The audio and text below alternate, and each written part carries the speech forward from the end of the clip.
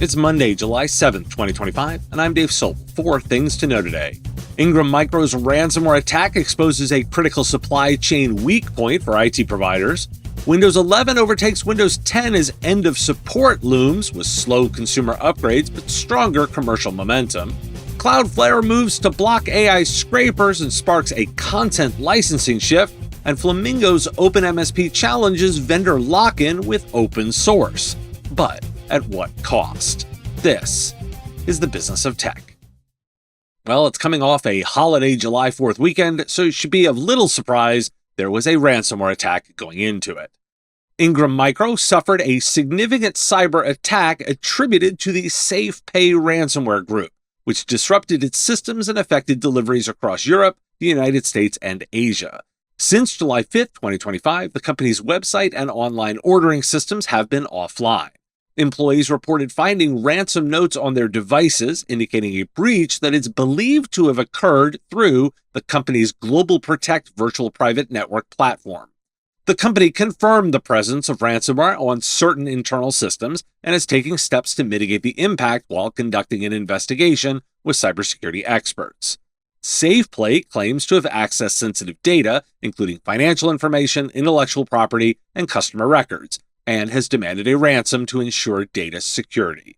The group, which emerged last September, has been highly active, reportedly targeting a variety of sectors with a focus on healthcare and education. According to an analysis from Quorum Cyber, SafePay was rated as the 4th most active ransomware group globally as of March 2025, with 43 confirmed victims listed on its dark web site. Why do we care? Well, the story is very tactical. It's tempting to dismiss this as just another big company ransomware story. Ingram isn't just another victim, it's one of the largest IT distributors globally. MSPs, VARs, and IT providers depend on its systems to provision hardware, software, and cloud services. Even a few days of disruption to online ordering and logistics creates ripple effects downstream, especially in tightly scheduled projects or warranty replacements. But this isn't just about Ingram, it's about ecosystem fragility.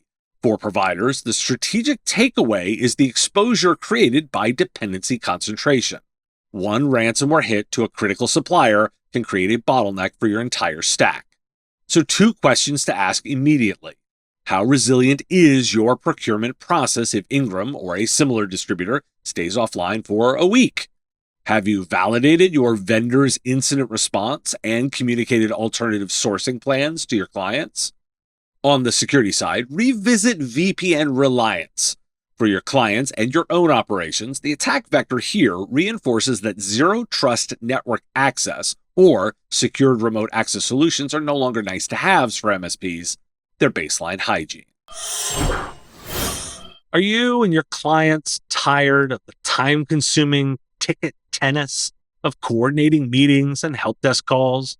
Wouldn't it be better to automate this process with a tool that connects directly to ConnectWise Manage or Autotask?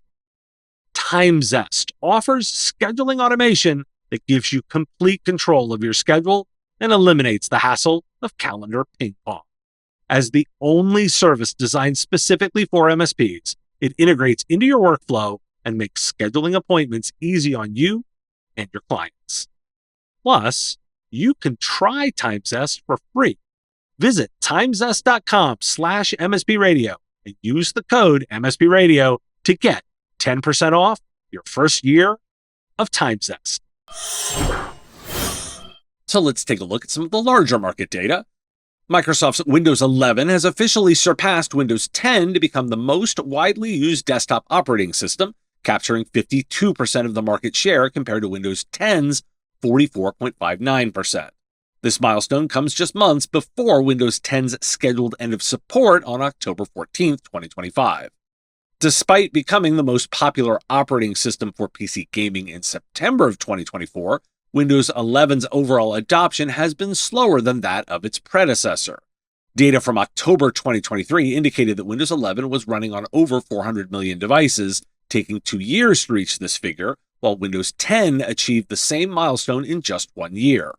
A key factor influencing this slower uptake has been Windows 11's stringent hardware requirements, which have left millions of older machines unable to upgrade. So will it bring a surge in PC upgrades? Well, this year, PC shipments in the United States are projected to rise only 2%, largely due to tariffs imposed by the Trump administration and a lack of consumer interest in purchasing larger items.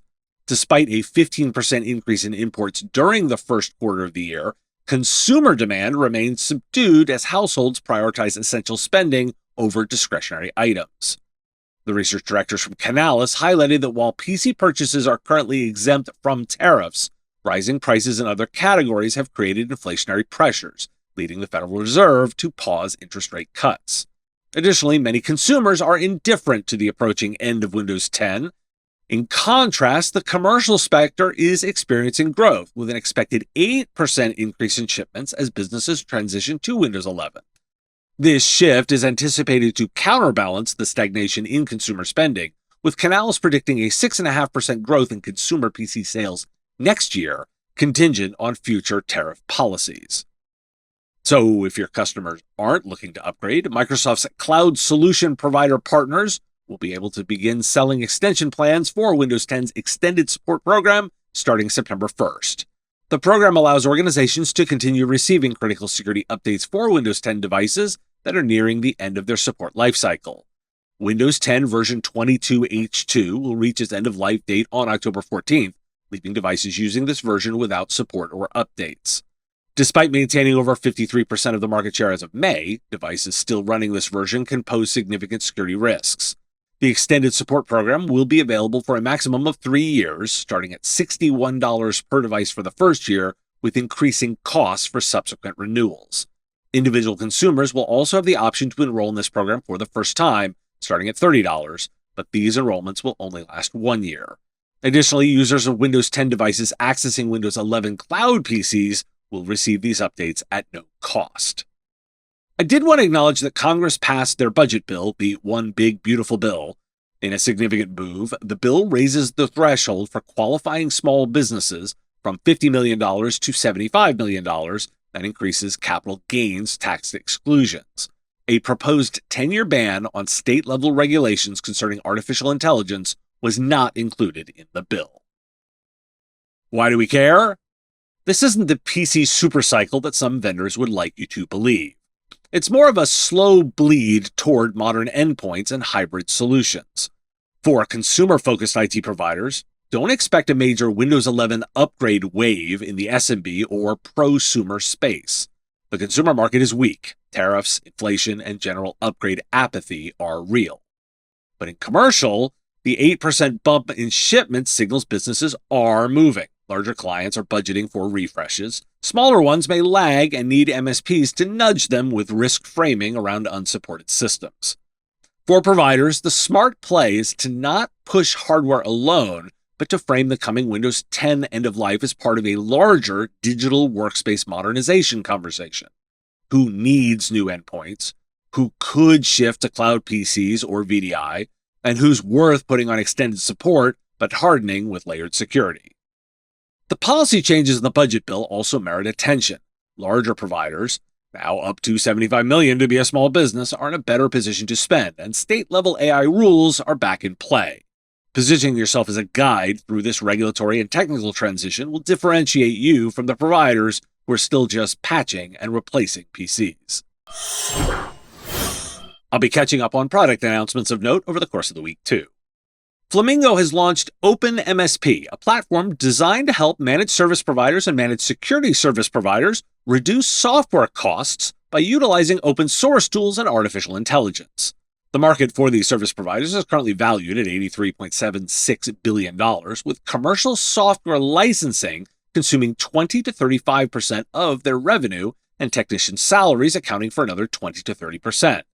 OpenMSP features an AI margin increase report generator that analyzes software usage and provides tailored reports on licensing expenditures and potential savings.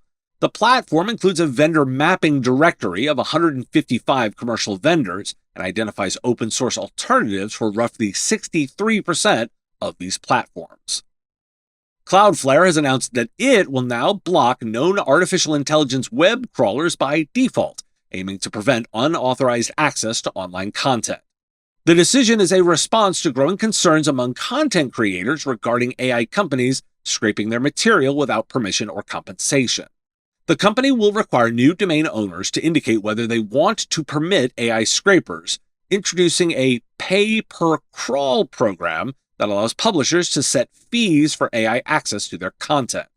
According to Cloudflare, traffic from traditional search engines has dropped significantly, with OpenAI's tools generating 750 times less traffic than Google, and Anthropic's models driving an astonishing 30,000 times less. And Cloudflare has introduced end-to-end encryption to its video calling application, Orange Meets, and has made the solution open source for transparency. The development allows users to explore secure video calling within research or prototyping contexts, with the application initially launched last year as a demo for Cloudflare calls.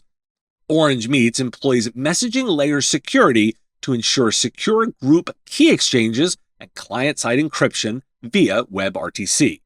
While this tool is designed for developers and privacy enthusiasts, it's noted that Orange Meets is a technical prototype rather than a fully polished product, lacking the robust features and user-friendliness of established platforms like Zoom or Google Meet.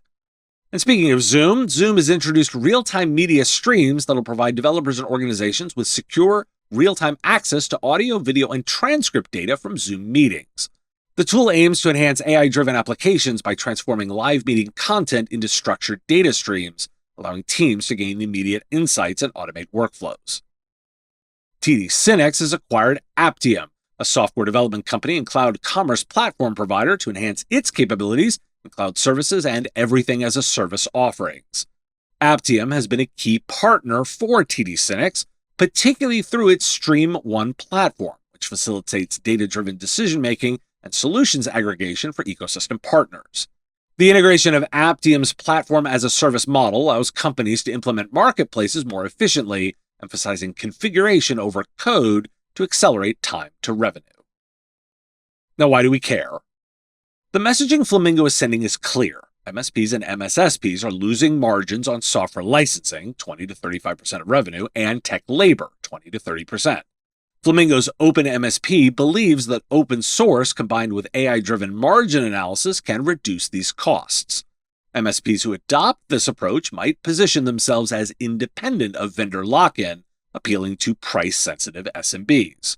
However, it could also fragment your tools and complicate support agreements. OpenMSP's promise may be exaggerated. Open source solutions often lack vendor-level SLAs. MSPs implementing them at scale may sacrifice software savings for increased software support costs and client friction. Your client's web content is part of the data AI models are quietly ingesting. Cloudflare's move gives businesses a lever to control access, or potentially monetize it. For providers, there's a consultative angle here, helping SMBs decide whether to opt in for AI crawling or block it.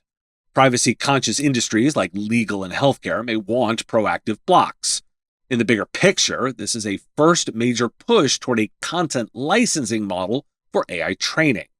If it sticks, we could see a new revenue stream for content-heavy clients and a reckoning for AI firms relying on free scraping. I included their Orange Meets tech not because it's useful now. It's a prototype, not a Zoom replacement. But because Cloudflare is inching towards becoming a privacy-first collaboration platform enabler. If this matures, MSPs could eventually have open-source video options for regulated clients wary of US-based platforms. The ASCII Group has announced the passing of its founder and chairman, Alan D. Weinberger, who died on June 29th after a battle with cancer. Alan was instrumental in establishing the ASCII Group in 1984, beginning with 40 independent computer dealers, and he transformed it into a leading independent IT community that serves thousands of managed service providers across North America. A distinguished legal scholar, Alan earned his Juris Doctor degree from New York University and later an advanced law degree from Harvard Law School. He was recognized as one of the top 25 most influential executives in the computer industry by CRN, and authored a book highlighting the critical role of managed service providers in cybersecurity. His impact on the IT channel was significant, fostering a community that championed the values of IT professionals for over 4 decades. Why do we care? Well, this is a human business despite being technology-driven. and the passing of a leader who spent his life working to better the community is distinctly worthy of caring about. My condolences to his family and the ASCII community. When chaos hits, will your system survive? Comet Backup's full image backups protect your entire system, files, apps, settings, and even the OS in one powerful automated backup. Comet is easy to deploy and bandwidth efficient. Full system backups for Windows, for Linux, for servers, for endpoints, all in one centralized platform. Whether you get hit with ransomware, hardware failure, or accidental deletion, Comet restores your system to physical, VM, or the cloud. Short on time? Restore individual files or folders to access critical data within moments. Try Comet Backup today. Reliable, secure, and made to scale.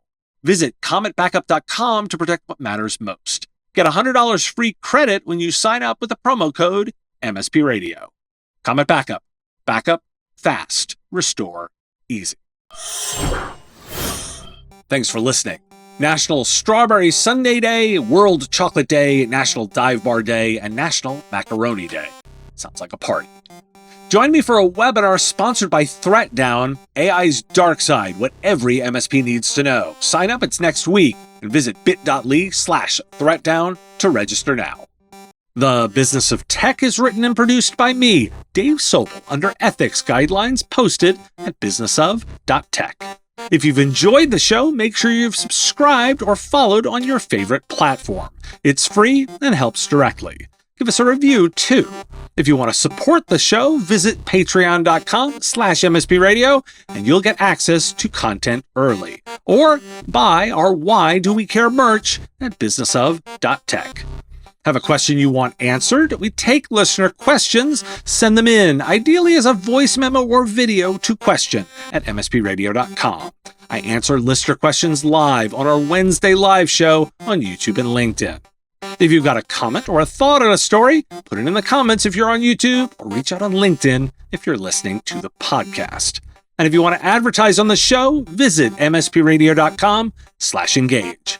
Once again, thanks for listening, and I will talk to you again on our next episode. Part of the MSP Radio Network.